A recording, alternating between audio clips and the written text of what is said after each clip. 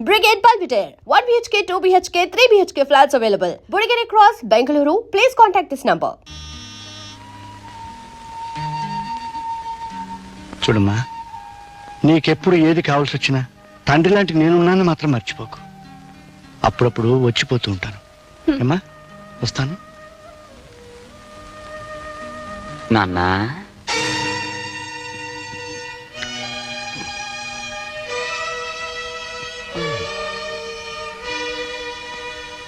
ఏమిటి నాన్న ఇంటికి వచ్చావు? రావాలనిపించింది, వచ్చాను. నేను రాకూడదా? ఆ పిల్ల తల్లి లేని పిల్ల అన్నావుగా, ధైర్యం చెప్దామని. లక్ష్మికి తల్లి తండ్రి సర్వం నువ్వేనని భరోసా ఇచ్చినందుకు మెనీ మెనీ థ్యాంక్స్. నేను చెప్పే మాటల డీటెయిల్స్ నాకు చెప్పక్కర్లేదురా, నో మెన్షన్. కానీ ఆవిడికి అంత అండగా నిలబడతానడానికి ఆవిడికి మీకు ఉన్న అనుబంధం ఏమిటి నాన్న? అనుబంధం కాదు కదా, కనీసం మీ ఇద్దరికి పరిచయం కూడా లేదు. అలాంటప్పుడు లక్ష్మికి తల్లి తండ్రి మీరే నిలబడతానండం ఆశ్చర్యంగానే ఉంది. ఇందులో ఆశ్చర్యం ఉంది? నువ్వు ఆ లక్ష్మిని చెల్లెలుగా భావించి సహాయం చేస్తున్నావు. నువ్వు చెల్లెలుగా భావించే అమ్మాయి నేను కూతురుగా భావిస్తున్నాను. పైగా 1942, 43, 44 నుంచి నా జాలిగుండే. డీటెయిల్స్ కావాలంటే మీ అమ్మని అడుగు. అంత జాలిగుండి ఉన్నవాళ్ళు లక్ష్మి తల్లి విషయంలో ఆ జాలి చూపించుంటే నేను లక్ష్మిని చెల్లెల్లాగా మీరు కూతురులాగా చూసుకునే దుర్గతి పట్టేది కాదు కదా. అంటే ఏమిట్రా, ఏమిటి నీ ఉద్దేశం? లక్ష్మి తల్లి చనిపోయేటప్పుడు లక్ష్మికి తండ్రి ఎవరూ అని అడిగితే మిమ్మల్ని అడగమని చెప్పి కన్నుమూసింది. అంటే ఆ మాటకు అర్థం ఏమిటి? చచ్చిపోయిన వాళ్ళు చెప్పిన ప్రతి మాటకి అర్థాలు ఉండవురా. డీటెయిల్స్ అడక్కు. ఆగండి, ఇంటికేగా రండి, కార్లో డ్రాప్ చేస్తాను. అక్కర్లేదు, రిక్షావాడికి ముందే డబ్బిచ్చాను. ఎలా మర్యాదలో నువ్వును యూస్లెస్ ఫెలో. ఏమండి ఏమండి, 2 సార్లు పిలిస్తే గాని పలకలేదు మీరు. ఏదో ఆలోచిస్తున్నారు. కట్టుకునే పెళ్ళాన్ని పక్కనుండగా దేని గురించి ఆలోచన? మగాడికి ప్రపంచంలో పెళ్ళాం ఒకటే సమస్య కాదు, 1.25 లక్షలు ఉంటాయి. దయచేసి నోరు మూసుకు పడుకో. అది కాదండి. నోరు మూసుకోమన్నా?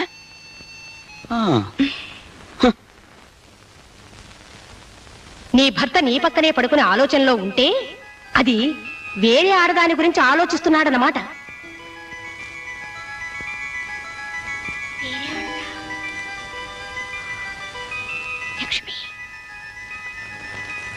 లక్ష్మిని డిస్మిస్ చేశారు కదా. అంటే మొన్న నేను వెళ్ళొచ్చింది లక్ష్మి దగ్గరికేనా?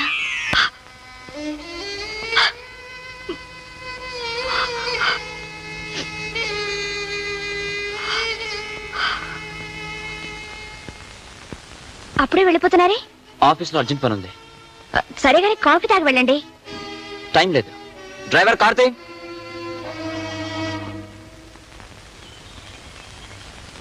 Good morning madam. అయ్యగారి చేతి లెటర్ మీద సంతకం చేయించాలండి. అర్జెంట్ ఫైల్ని ఇంటికి తీసుకురావాల్సి వచ్చింది. ఆయన ఆఫీస్లోనే ఉన్నారుగా? ఇవాళ అయ్యగారు ఆఫీస్ రాలేదండి, ఇంటి దగ్గర ఉన్నారేమని ఫైల్ తీసుకొచ్చాను. సరే, ఆ ఫైల్ అక్కడ పెట్టండి. ఆయన వచ్చాక సంతకం పెట్టిస్తాను.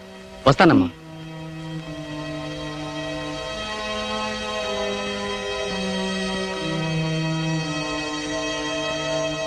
ఈయన ఆఫీస్కి వెళ్లకుండా ఎక్కడికి వెళ్ళి ఉంటారు? ఏం చెప్పాలి, కూలి పని చేసుకునే వాళ్ళకి డాక్టర్ దగ్గర తిరగటం డబ్బులు ఎక్కడ వస్తాయి మామ? మందు తాగొద్దురా మగడా అంటే వెనకపోతివి. మందు తాగినందువల్ల వచ్చింది కాదే ఇది. అయ్యబాబు గారు కూడా పరిగెత్తినందువల్ల వచ్చింది. గుండెకాయలు ఎక్కడికో కిందకి జారిపోయినట్టు అనిపిస్తున్నాయి. ఊపిరితిత్తులు కొట్టుకోవడం లేదు.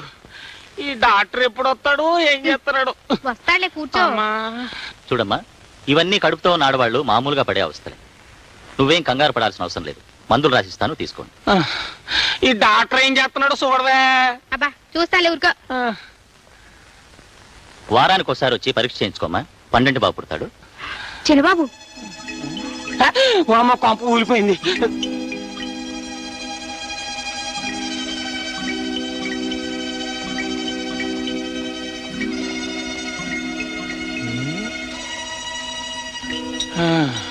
మన చిన్న బాబు ఇంకో అమ్మాయితో ఏమిటయ్యా ఇడ్డోరు? పైగా అమ్మాయి కడుపుతోటి ఉన్నట్టుంది. అంతేనే, పెద్దోళ్ళు తినేయి పలారం అంటారు, చిన్నోళ్ళు తినేయి సిరితీళ్ళు అంటారు. పైగా ఎవరు కొడుకు? కలియుగ శ్రీకుట్న పరమాత్ముడు అయ్యబాబు గారి కొడుకు. అందుకే తండ్రి పేరు నిలబెట్టడానికి చక్రం తిప్పేస్తున్నాడు. ఇదిగా భలే భలే విషయం అని చెప్పి మోసేసేవు, అక్కడ కొంప తగలడిపోగలదు. అమ్మగారు అమ్మగారు, ఏమిటే మళ్ళీ ఏదైనా బలబల విషయమా? అవునమ్మగారు. అదేదో తొందరగా చెప్పేసి వెళ్ళి బట్టలు ఉతుకో. అమ్మో, ఆ విషయం చెప్పానంటే మన చిన్నమ్మగారు కాపురం కాశీగంగలో కలిసిపోతుందని చెప్పరమ్మా. నువ్వేదో చిత్రహాసం తెలుసుకొస్తే మధ్య నా కాపురం ఎందుకు పాడవుతుంది? చెప్పనమ్మా. చెప్పకపోతే ఉద్యోగం ఊడుతుంది. చెప్పు. నా ఉద్యోగం ఊడిపోయినా సరే చిన్నబాబు గారు ఒక కడుపుతో ఉన్న అమ్మాయిని హాస్పిటల్ తీసుకొచ్చారని చచ్చినా చెప్పను. చెప్పనంటే చెప్పను. చిన్నబాబు కడుపుతో ఉన్న అమ్మాయిని హాస్పిటల్కి తీసుకొచ్చాడా? ఏమే సుబ్బులు? సుబ్బుల్ని పిలవాల్సిన అవసరం లేదత్తయ్య. ఆ మిగతా కథ నేను ఊహించగలను. ఆ అమ్మాయి పేరు లక్ష్మి. లక్ష్మి? ఎవరా లక్ష్మి? ఎవరో నేను చెప్పడం కన్నా మీ అబ్బాయిని అడగడం మంచిది.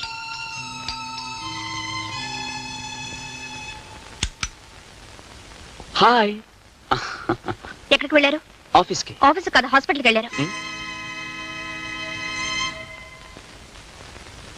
హాస్పిటల్కి వెళ్ళాను. కడుపు నొప్పి వస్తే హాస్పిటల్కి వెళ్ళాను. తప్ప? మీ కడుపు నొప్పి వచ్చి కాదు, కడుపుతో ఉన్న లక్ష్మిని తీసుకువెళ్ళారు. ఏ నేను చెప్పేది అబద్ధమా? ఈ డొంక తిరుగుడంతా ఎందుకమ్మాయి? ఏరా నువ్వు ఆ లక్ష్మిని తీసుకుని హాస్పిటల్కి వెళ్ళావా లేదా? మీ ఆడవాళ్ళ అనుమానాలకి నేను జవాబు చెప్పలేను. చూసారా అత్తయ్య, అడుగుతుంటే మాట ఎలా దాటిస్తున్నారు? పోయా మీరన్నా అడగండి. ఆ లక్ష్మి ఎవరు, దానికి ఈయనకి సంబంధం ఏమిటో, దాని కడుపులో ఉన్న బిడ్డకు తండ్రి ఎవరో అడగండి. అసలు నన్నేం చేయదలుచుకున్నారో అదే అడగండి. ఆయనే అడుగుతారు జయ. తేలుకుట్టిన దొంగలు తప్పించుకున్నాను. ఎవరో చేసిన పాపాన్ని నేనెత్తి మీద వేసుకుని తిరుగుతున్నాను. వివరాల్లోకి వెళ్తే చాలా నిజాలు బయటపడతాయని, ఆ నిజాన్ని భరించే శక్తి తనకు లేదని ఆయనకి తెలుసు. ఏం నాన్న కాదంటావా? రేయ్, డీటెయిల్స్ తెలియకుండా అనవసరంగా తిట్టడం మంచిది కదరా, యూస్లెస్ ఫెలో. ఆ డీటెయిల్స్ ఏంటో చెప్పొచ్చుగా, నేను తెలుసుకుంటాను. టైం వచ్చినప్పుడు డీటెయిల్స్ వాటంతా ఫిలప్ అవుతాయి. అంతవరకు నువ్వు నోరు మూసుకో, నేను మూసుకుంటాను. అనవసరంగా మాట్లాడుకో.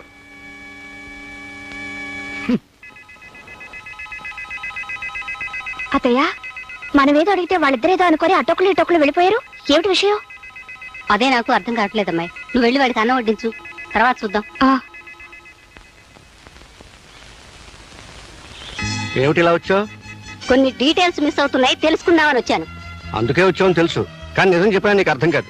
1943, 44, 45 లో కాదు, 53, 54, 55. డేట్ మారిందా? నాకు గుర్తులేదు. మీకు గుర్తు లేకపోయినా మీరు చెప్పింది నాకు గుర్తుందిలేండి. అయితే ఇంక నన్ను అడక్కు. ఆగండి. ఇన్నాళ్ళు అడగకుండానే ఊరుకున్నాను, మీరు చెప్పిందే విన్నాను.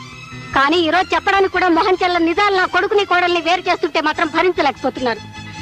నా కళ్ళల్లోకి సూటిగా చూసి నిజం చెప్పండి. చూడన్నపూర్ణ, సెంటిమెంట్ను భరించలేను, నీ కన్నీళ్ళను చూడలేను, అలా అని నిజము చెప్పలేను. ఒళ్ళంతా బిక్కచచ్చినట్టుగా ఉంది. ఓ పని చేయి, స్ట్రాంగ్ కాఫీలో కొంచెం పంచదార వేసి కొంచెం పాలేసి కాఫీ కలిపి తీసుకురా. అర్జెంటుగా దగ్గర రెస్ట్ తీసుకుంటాను. వెళ్ళా పంచి.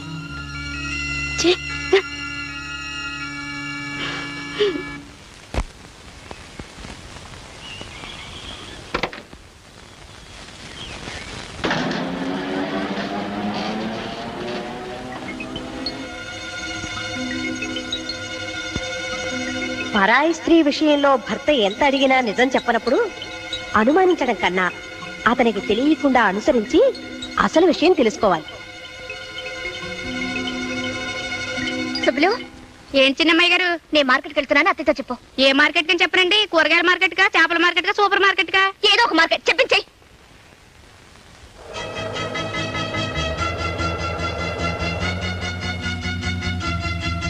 నమస్తే ఆంటీ. నమస్కారం అమ్మా. ఏమిటమ్మా ఇలా వచ్చావు? ఆ అబ్బాయి ఆఫీసులో లేడుగా? ఆయన ఉండడం తెలుసు. ఈ పాటికి ఆయన ఎక్కడికి వెళ్ళుంటారో నువ్వు తెలుసుకుని ఉంటావని నిన్ను అడిగి తెలుసుకుందామని వచ్చాను. ఆ విషయం చెప్పడానికి నేనే నీ దగ్గరికి రావాలనుకుంటున్నానమ్మా.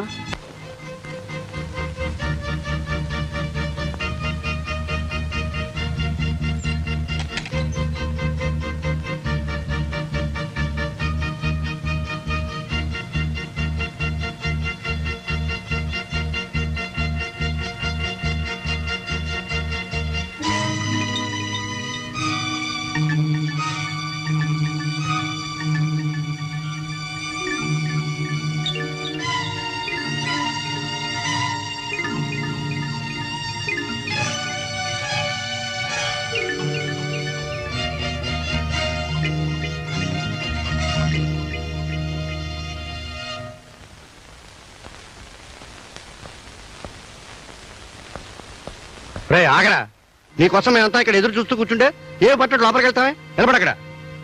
మీరు అడగదలసింది ఏమిటో నాకు అర్థమైంది, కానీ నేను చెప్పాల్సింది ఏమీ లేదు. ఎందుకు లేదు బాబు, చాలా ఉంది. కట్టుకున్న భార్యకి అన్యాయం చేసి ఉంచుకున్న దాంతో ఊరేగుతుంటే చూస్తూ ఊరుకోమంటావా? అత్తయ్య, ఏ మేము విన్నది అబద్ధమా? నీ భార్య కళ్ళారా చూసింది అబద్ధమా? లక్ష్మికి నీకు ఏ సంబంధం లేకపోతే దాన్ని తీసుకొచ్చి మరో ఇంట్లో కాపురం ఎందుకు పెట్టావు? ఏమిట్రా ఇది? నువ్వెవరో అమ్మాయితో ఉంటున్నావని కళ్ళారా చూసిన దగ్గర నుంచి జయ ఏడుస్తూనే ఉంది. ఇల్లాన్ని ఉసిరి పెట్టి విలయాలకి న్యాయం చేయాలనుకోవడం భావ్యం కాదు నాయనా. మీరందరూ అనుకుంటున్నట్టుగా లక్ష్మి వెరయాలి కాదు, నా స్నేహితులు, నాకు చెల్లి లాంటిది.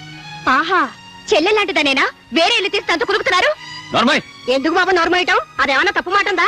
అన్నయ్య గారు, మీ అబ్బాయి గారు తప్పుదో నడుస్తుంటే మందలించడం మానేసి మౌనంగా ఉండడం ఏం బాగోలేదు. అవును, మీరు మాట్లాడరేమిటండి?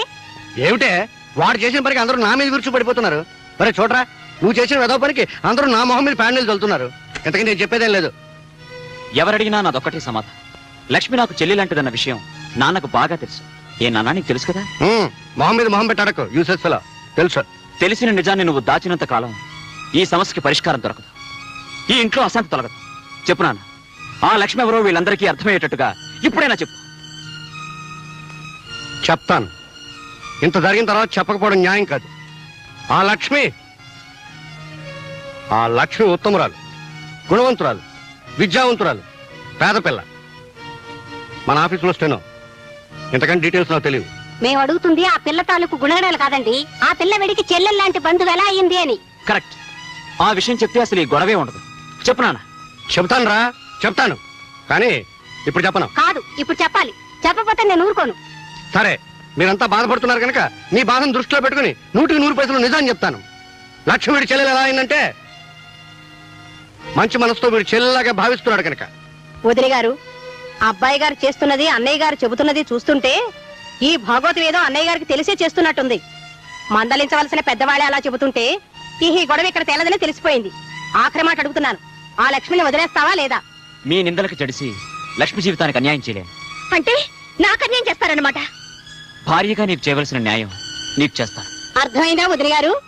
మీ అబ్బాయి గారు దాన్ని వదలని అంత ఖచ్చితంగా మాట్లాడుతుంటే ఇహ నా కూతురు ఇక్కడ ఉండడం అనవసరం. పదవే. వదిలి గారు, తొందరపడకండి. జయ, తీసుకెళ్తే తీసుకెళ్ళేమ్మా. నన్ను అర్థం చేసుకోలేని మనిషి నాకు భారీగా ఇక్కడ ఉండటం కంటే మీ ఇంట్లో మీ కూతురుగా ఉంటాం మంచిది. తీసుకెళ్ళండి. తీసుకెళ్తానైనా తీసుకెళ్తాను. ఈ గొడవని ఎలా గట్టుకు చేర్చాలో నాకు బాగా తెలుసు. పదవే. వదిలి గారు, వదిలి గారు, నా మాట వినండి. ఒక్క పూట కాయపవ్వండి. ఇప్పుడు ఎంత నచ్చ చెప్పారో నా కంటితో చూస్తూనే ఉన్నానుగా. నా పిల్లకేం గతిలేక మీ ఇంటికి రాలేదు. కూర్చోనే మాట్లాడుకుంటాను. వదిలి గారు, పెళ్ళం కావాలంటే మీ అబ్బాయిని మా ఇంటికి పంపించండి. అత్తయ్య, జయ, అత్తయ్య, జయ. అసలు ఎల్లరంతా మీ వల్లే వచ్చింది. ఇదండి వరస. తల్లి కూతురుని తీసుకెళ్ళింది, కొడుకు కోడలు బొమ్మన్నాడు, పెళ్ళం వచ్చి మొగుని తిడుతోంది. నేనేం చేశానే? ఏం చేశారా? ఆ లక్ష్మి తన చెల్లెలు లాంటిదని మన అబ్బాయి చెప్తూ మిమ్మల్ని సాక్ష్యం వేసుకుంటే మీరు ఎందుకు నీళ్ళు వెళ్ళినట్టు? డీటెయిల్స్ తెలియక. తెలీదు, మీదంతా నటన. ఆ లక్ష్మి ఎవరో వాళ్ళకి చెప్పకపోయినా మీరు చెప్పిన మాట నాకు గుర్తుందిలేండి. 1953లో మీరు చేసిన పాపం రూపమే ఆ లక్ష్మి పేరుతో బ్రతుకుతోంది. చెప్పండి, మీకు పుణ్యం ఉంటుంది. చెప్పండి. అమ్మా, పుణ్యం అంటే జ్ఞాపకం వచ్చింది. గుళ్ళో కిలార్ శేషావతారం గారు రుక్మిణీ కళ్యాణం పురాణం చెప్తా ఉన్నారు. వెళ్ళాలనుకున్నాను. వెళ్ళొస్తాను. సీతాపతి, నువ్వింత తెలివి తక్కువ పని చేస్తావని తెలుసుంటే నీ బదులు నేనే వెళ్ళి ఉండేవాడిని. అంతా శాంతియుతంగా పరిష్కరించుకొచ్చుండేవాడిని. శాంతియుతంగా పరిష్కరించడానికి ఇది ఇద్దరు పెళ్ళాల తగవండి. నేను దాన్ని వదలని ఆ కుర్రాడంత ఖచ్చితంగా చెబుతుంటే నేను దీన్ని తీసుకొచ్చాడు. ఒకటే మార్గం తోచింది, తీసుకొచ్చేసాను. చాలే, నువ్వు చేసిన తెలివి తక్కువ పనికి రేపు పొద్దున అయ్యబాబు మొహం ఎట్లా చూడాలో అర్థం కావడం లేదు. తప్పంతా వాళ్ళదైతే మీరెందుకండి బాధపడతారు? మీరు రేపు వెళ్లి అడగవలసిన 4 మాటలు గట్టిగా అడిగిసేయండి. ఆ లక్ష్మిని అతగాడు వదిలేసి లెంపలేసుకుంటే అప్పుడు మన అమ్మాయిని పంపిద్దాం. లేదంటే ఏం చేస్తావు? విడాకుల కోసం నోటీస్ ఇప్పిద్దాం. నోర్మయ్, భార్య భర్తల కాపురం ఉంటే కాలక్షేపానికి చూసే సినిమా అనుకున్నావుంటే బాగాలేదని మధ్యలో వచ్చేయడానికి. పెళ్ళంటే 100 ఏళ్ల పంటే. కరెక్ట్ గా చెప్పావు బావ. పెళ్ళంటే 100 ఏళ్ల పంటని, అది ఎప్పటికప్పుడు వండుకునే వంట కాదని హైదరాబాద్ వెళ్ళాక తెలుసుకుని ఓ అమ్మాయిని పెళ్లి చేసుకోవాలని నిశ్చయించుకుని ముహూర్తం పెట్టుకొచ్చాను. మీరిద్దరూ వచ్చి మా దంపతులను ఆశీర్వదించాలి.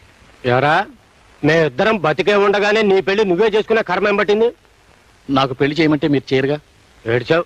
నువ్వు మా ఇంటల్లుడు అవడానికి వీల్లేదన్నాను గానీ నువ్వు మరో పిల్లని చూసి లక్షణంగా పెళ్లి చేసుకుంటానంటే దగ్గరుండి జరిపించనన్నా.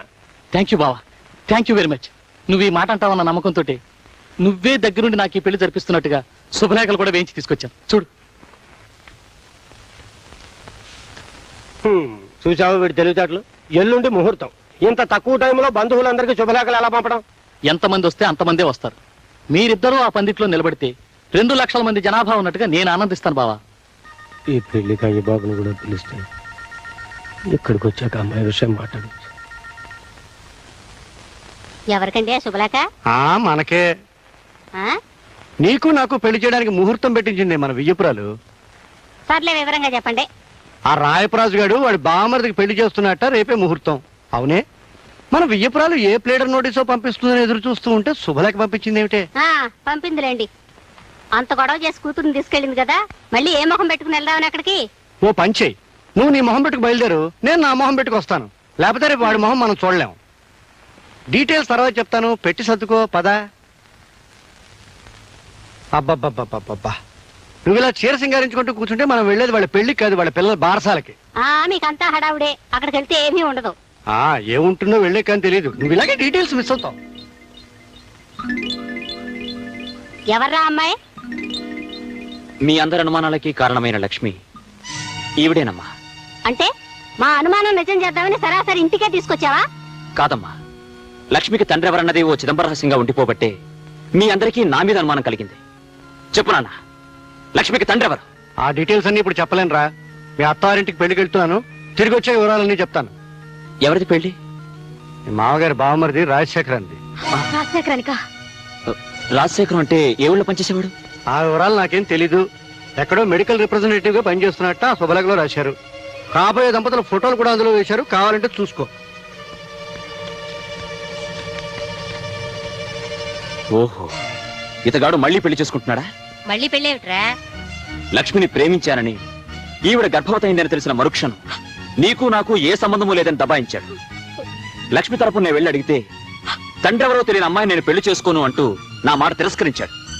నాన్న, లక్ష్మికి తండ్రి ఎవరో తెలియవలసిన అవసరం ఇప్పుడైనా ఉందంటావా? తండ్రి ఎవరో తెలియని కారణంగా ఈ అభాగ్యురాలు ఎంత నష్టపోతుందో ఆలోచించావా? ఆలోచించాను. 25 ఏళ్లుగా నా గుండెల్లో దాచుకున్న రహస్యాలు ఇవాళ బయట పెట్టక తప్పదని ఆలోచించాను. నేను చెప్పే నిజాలు ఒక ఆడపిల్ల జీవితాన్ని కాపాడతాయని ఆలోచించాను, కాపాడాలని ఆలోచించాను. అమ్మా లక్ష్మి, వీడెన్నిసార్లు అడిగినా నా పెద్దరికం వ్యక్తిత్వం దెబ్బతింటుందని నీ తండ్రిని గురించిన నిజాలను దాచాను. మీ అమ్మకి చేసిన అన్యాయానికి లోపల ఎంత కూలిపోతున్నానో వీళ్ళకెవరికి తెలియదమ్మా. ఏమిటండి మీరనేది? అవునన్నప్పుడు ఇవాళ మొదటిసారిగా నీ భర్తలో ఇంకో వ్యక్తిని చూస్తావు. ఎవరూ ఊహించని నిజాలను వింటావు. అది ఇక్కడ కాదు, అక్కడ పెళ్లి పందికి. ధ్రువంతేవో బృహస్పతి ధ్రువంతరింద్రశ్చాగ్నిశ్చ రాష్టంధారతాం ధ్రువం పర్వత రాయి బామర్తికి పెళ్లి చేస్తున్నావా? Useless fellow. ఈ పెళ్ళ మాట ఏం చేస్తావరా? చెప్పు, సమాధానం చెప్పు. శేఖర్, ఈ జన్మలో నీకు పెళ్ళంటూ జరిగితే ఈ లక్ష్మితోనే జరగాలి, లేకపోతే అసలు ఈ పెళ్లే జరగనివ్వ. అల్లుడు గారు, ఇది అన్యాయం. జరుగుతున్న పెళ్లిని ఆపేయమంట ఘోరం. అసలు ఈ అమ్మాయి ఎవరు? శేఖర్కి అమ్మాయికి సంబంధం ఏం చెప్తానండి? మన అమ్మాయి కాపురంలో నిప్పులు పోసింది ఈ మహాతల్లి. ఈవిడ నుంచుకుని మన అల్లుడు గారు జైన్ ఇంటి నుండి వెళ్ళగొట్టారు. ఇంతకాలం మీరిద్దరు చెడతిరిగి మోజు తీరిన తర్వాత నాకు కట్టబెట్టాలని చూస్తున్నారా? శేఖర్, లక్ష్మి గురించి ఇంకొక మాట తప్పుగా నీ నోటి వెంట వచ్చిందో నీ నాలుక చీరేస్తాను. ఆగరా కొడక. ఏరా పెళ్లి కొడక, డీటెయిల్స్ తెలియకుండా తొందరపడ్డావనుకో ఇబ్బందుల్లో పడతాం, ఆ తర్వాత జైల్లో పడతాం. లక్ష్మికి ముందు వెనకలు ఎవరూ లేరు కదా అని ఏం చేసినా పర్వాలేదనుకుని సరదాగా ప్రేమించి సరదాగా ద్రోహం చేసి సరదాగా పెళ్లిపేట లెక్క సరదాగా పెళ్లి చేసుకోవడానికి నీ సైడ్ ఓకే. కానీ లక్ష్మి నువ్వు అనుకున్నట్టు అనాథ కాదు. ఆమె కొండంత తండ్రి ఉన్నాడు. ఈ పెళ్లి పందిట్లోనే ఉన్నాడు, నీ ముందే ఉన్నాడు. ఎవరో కనిపారేసిన ఈ పాపిష్టి దాన్ని మావాడికి కట్టబెట్టాలని చూస్తున్నారేమో. బియ్యంకుల వారిని ఊరుకున్నాను, మెడపెట్టి గెంటేయాల్సి వస్తుంది. నాన్న, ఇంత అవమానం జరిగిన తర్వాత ఇంకా ఆగుతారే? లక్ష్మి తండ్రి ఎవరో వీళ్ళందరికీ తెలిసేట్టు చెప్పండి. చెప్పే టైం వచ్చిందిరా. రే రాయ్, ఇలా రా. జానకమ్మకు చేసిన ద్రోహం నువ్వు చెప్తావా, నన్ను చెప్పమన్నావా? అయ్య బాబు, ఏమిట్రా నువ్వు అనేది? ఇంతకాలం నీకు ఒక్కరే కూతురు అనుకుంటున్నావు కదూ? కాదు, నీకు 2 కూతురు. ఈ లక్ష్మి రాయపురాజు కూతురు. ఏమిటి? నా భర్తకు మరో కూతురా? నేను నమ్మను. నువ్వు నమ్మనంత మాత్రాన్ని నిజాలు మారవమ్మా. ఇది నిజం, ముమ్మాటికి నిజం. మీ గురించి ఈ ప్రపంచానికే తెలుసు. మీ పాపాన్ని నా భర్త గంట కట్టాలని చూస్తున్నారా? మీ అందరికీ తెలిసిన నా పాపాల పరంపరలో మరో పాపం చేరిన తప్పు లేదనుకుని ఇన్నేళ్లు ఈ అపకీర్తిని భరిస్తూ వచ్చానమ్మా.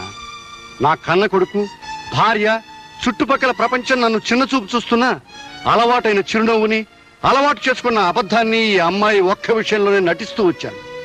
వాడు అనుకోకుండా చేసిన తప్పుని నేను తెలిసి కప్పిపుచ్చాలని ప్రయత్నించాను. కానీ ఇవాళ లక్ష్మికి ద్రోహం జరుగుతుంటే సహించలేకపోయాను. ఆ అమ్మాయికి న్యాయమో అన్యాయమో ఈ పెళ్లి పందిట్లో ఇక్కడే జరగాలి. నేను నమ్మను. ఏమండి, మీకు ఈ లక్ష్మికి ఏ సంబంధం లేదని చెప్పండి. ఆయన చెప్పిందంత అబద్ధం అని చెప్పండి.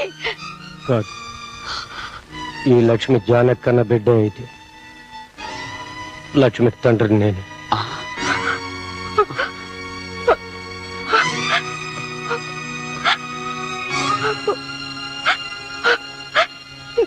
నాన్న, నాన్న,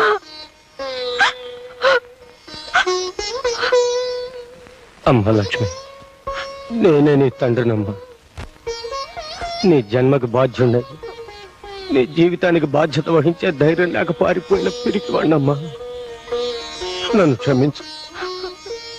అది క్షమించినా నేను మాత్రం మిమ్మల్ని క్షమించను. అందుకేనే నిన్ను క్షమించమని అడగలేదు. ఈ మోసం మొత్తానికి కారణం నువ్వు. ప్రతి క్షణం సూత్రాలని అనుమానాలని నన్ను వేధించుకు తినే నీ నుంచి దూరంగా పారిపోవడం కోసమే జానకి దగ్గరయ్యాను.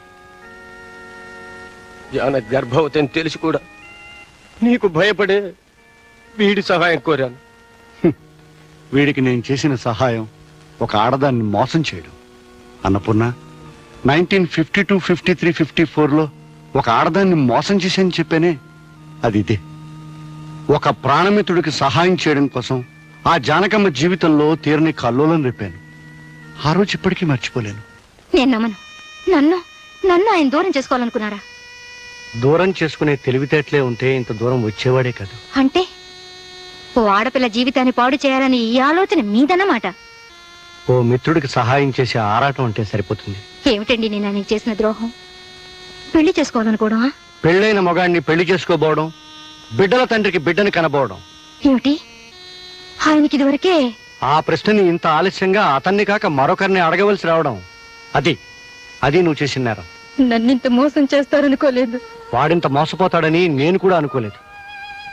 నువ్వు అతను మేలుకోరిన మనిషివైతే, వాడి పరువు నిలపాలన్న మనసున్నదానివైతే తక్షణం ఇక్కడి నుంచి వెళ్ళిపోవాలి. నేనిప్పుడు తల్లిని కాబోతున్నాను.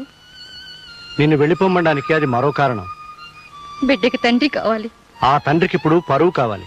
అంటే నా చేతులతో నా జీవితాన్ని నన్నే నాశనం చేసుకోమంటారా? ధర కడితే చెల్లిస్తానంటున్నాను. ధర కట్టే గొప్పతనం మీకుండొచ్చు, కానీ అమ్ముడు పోయే దౌర్భాగ్యం నీచత్వం నాకు లేదు. అక్కర్లేదనే చోట బ్రతకడం కంటే ఎక్కడైనా గౌరవంగా అడుక్కు తింటూ బ్రతకగలను. వెళ్ళి ఈ మాట ఆయనతో చెప్పండి. ఆగండి. మీ స్నేహితుడిని కాపాడానని గర్వపడకండి. ఒక ఆడదాని జీవితం నాశనం కావడానికి కారణమయ్యానని సిగ్గుపడండి. ఏనాడైనా నా బిడ్డ ఈ సమాజంలో గౌరవంగా తలెత్తు తిరగలేకపోతే, కన్నీరు కారేస్తే ఆ పాపంలో పాలు మీకు ఉంటుందనే సంగతి మర్చిపోకండి. వెళ్ళండి. ఆ రాత్రే జానకమ్మ ఊరు వదిలి వెళ్ళిపోయింది. ఆమె తన జీవితానికి తీరని మచ్చవుతుందని భయపడ్డ వీడు పీడ వదిలిపోయిందని ఆనందించాడు. సంఘంలో కడిగిన ముత్యంలా ప్రకాశించాడు. కానీ ఆ జానకమ్మ ధైర్యంగా సంఘాన్ని ఎదిరించి నిలబడింది. తన కూతుర్ని కంటికి రెప్పలాగా పెంచుకుని పెద్ద చేసింది. ఏనాటి రుణం! నా కొడుకు లక్ష్మిని చెల్లెల్లాగా చూసుకుంటున్నాడని తెలిసి మనసులోనే ఎంతో ఆనందించాను. మామ మోసం చేశాడు, తండ్రి నెత్తిని వేసుకున్నాడు, కానీ కొడుకు సరిదిద్దాలని ప్రయత్నం చేశాడు. ఇవాళ ఆ ప్రయత్నం ఫలించబోతుంది. శేఖర్, నువ్వు నాకు అల్లుడు కావాలని కోరుకున్నావు, కానీ మీకు తెలియకుండానే ఆ భగవంతుడు మీ ఇద్దరిని కలిపాడు. ఇప్పటికైనా మించిపోయింది లేదు. లక్ష్మణ్ స్వీకరించు. బావా, నేను కోరుకున్నది నీ చేతుల మీదుగా నా పెళ్లి జరగాలి. నీ మాట ఎప్పుడు కాదన్నాను చెప్పు.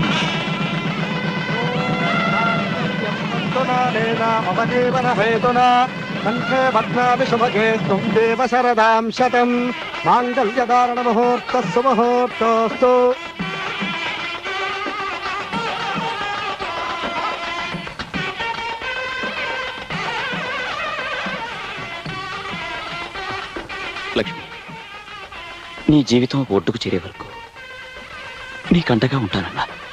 అయిపోయింది. నా బాధ్యత తీరిపోయింది. ఆనందంగా 100 ఏళ్ళు వర్ధిల్లు. వస్తాను. పదండి నాన్న, వెళ్ళిపోదాం. ఒక్క నిమిషం. అమ్మా జయ, నీ భర్తని కాదని నీ ఇంటికి వచ్చేసావు, చాలా సంతోషం. కానీ ఆ ఇంట్లో నీ వస్తువు ఒకటి మర్చిపోయావమ్మా. తీసుకో తీసుకో అమ్మా, మరి ఎవరికైనా ఉపయోగపడవచ్చు. వస్తానమ్మా. అక్క, ఇది మా అమ్మ నాకు ఇచ్చిన స్త్రీధనం. పండింటి కాపురానికి 12 సూత్రాలు. పెళ్ళం మొగుడిని గుప్పెట్లో పెట్టుకోవాలంటే ఏం చేయాలో ఇందులో రాసుంటుంది. సూత్రాలను పాటించే మా అమ్మ మా నాన్న ఇల్లు దాటిపోయేట్టు చేసింది. నన్ను మా ఆయనకు దూరం చేసింది. కానీ నువ్వు మాత్రం ఆ తప్పు చేయదక్క. ఏమండి ఏమండి, నా అనుమానాల్ని, తెలుగు తక్కువతనాన్ని అన్నీ వదిలేశాను. ఇది కూడా మీ అమ్మ ఫిట్టింగేనా అని మీరు అడగాల్సిన అవసరం లేదు. మీరు నా తప్పును మన్నించగలిగితే.